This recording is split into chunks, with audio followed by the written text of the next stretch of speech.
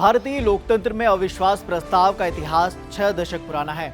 आजाद भारत के पहले प्रधानमंत्री जवाहरलाल नेहरू से लेकर मौजूदा प्रधानमंत्री नरेंद्र मोदी तक सदन में इसका सामना कर चुके हैं। मगर देश का पहला अविश्वास प्रस्ताव साल 1963 में लाया गया था, जब सदन में जवाहरलाल नेहरू की सरकार थी। उस समय नेहरू के खिलाफ आचार्य जे.बी. कृपलानी ने यह पेश किया था।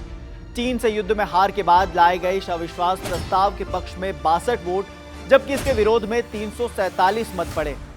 मगर अविश्वास प्रस्ताव का इतिहास इससे भी पुराना है। 1952 की बात है। ये प्रावधान किया गया कि 30 लोकसभा सदस्यों के समर्थन से सदन में अविश्वास प्रस्ताव पेश किया जा सकता है। हालांकि बाद में इस 30 लोकसभा सदस्यों के समर्थन की गिनती को 50 कर दिया गया। 1952 के बाद लोकसभा के 2 कार्यकाल में कोई अविश्वास प्रस्ताव पेश नहीं हुआ।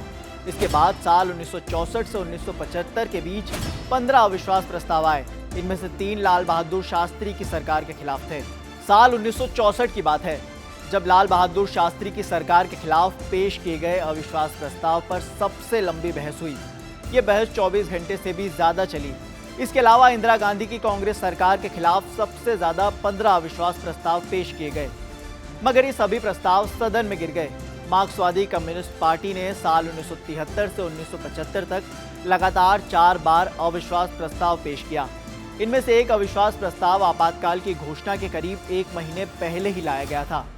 इसके बाद साल 1981 और 1982 में 3 अविश्वास प्रस्ताव लाए गए।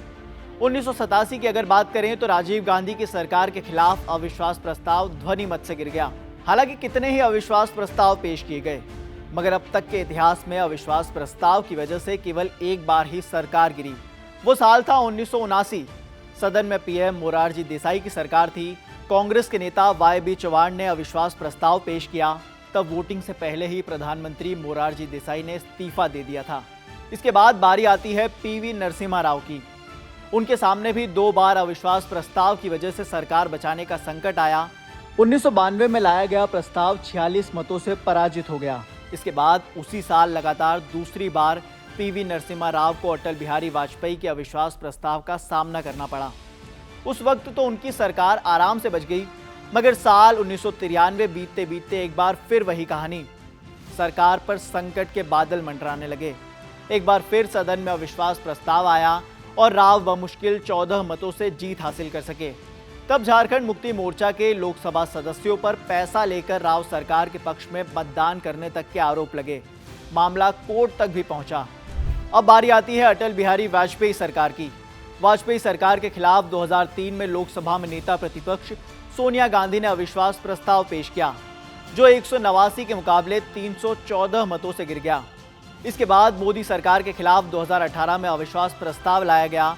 11 घंटे की बहस चली। इसके पक्ष में 126, जबकि विपक्ष में 325 वोट पड़े।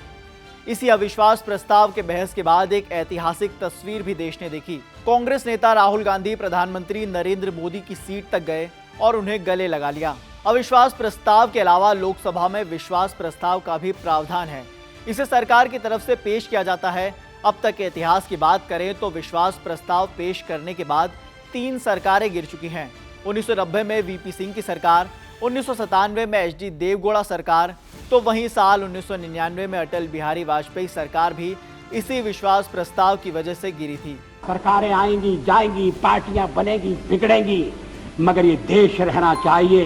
इस देश का लोकतंत्र अमर रहना चाहिए।